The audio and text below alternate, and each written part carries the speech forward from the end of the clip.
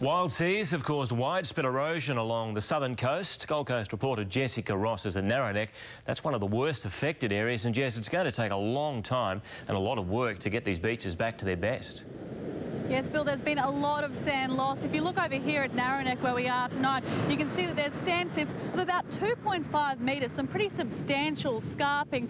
But in other areas, other known trouble spots like Kingscliff, there's been barely a scratch. It's really a mixed bag. But either way, council is warning parents not to let their kids play around these areas. It is a concern, but even more of a concern is the treacherous conditions in the surf. And yet again, we saw all Gold Coast beaches closed today. And now there's a new threat, sharks, with several shark nets having to be removed in this wild weather. While the ocean continues to put on a show, the beaches are performing a disappearing act.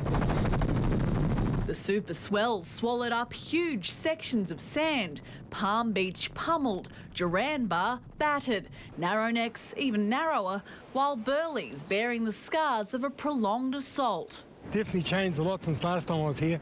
I'm from New Zealand, so I come here every year for a holiday. This time, Kingscliff has escaped relatively unscathed, a relief for residents who've been forced to watch their break steadily vanish over the years.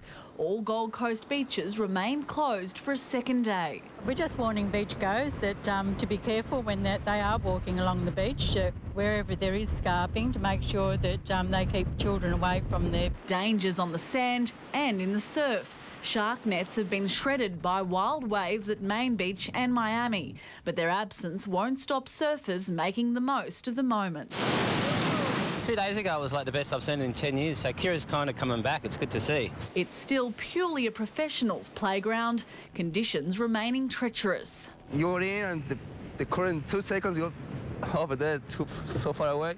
There's no fighting it, best just to go with the flow.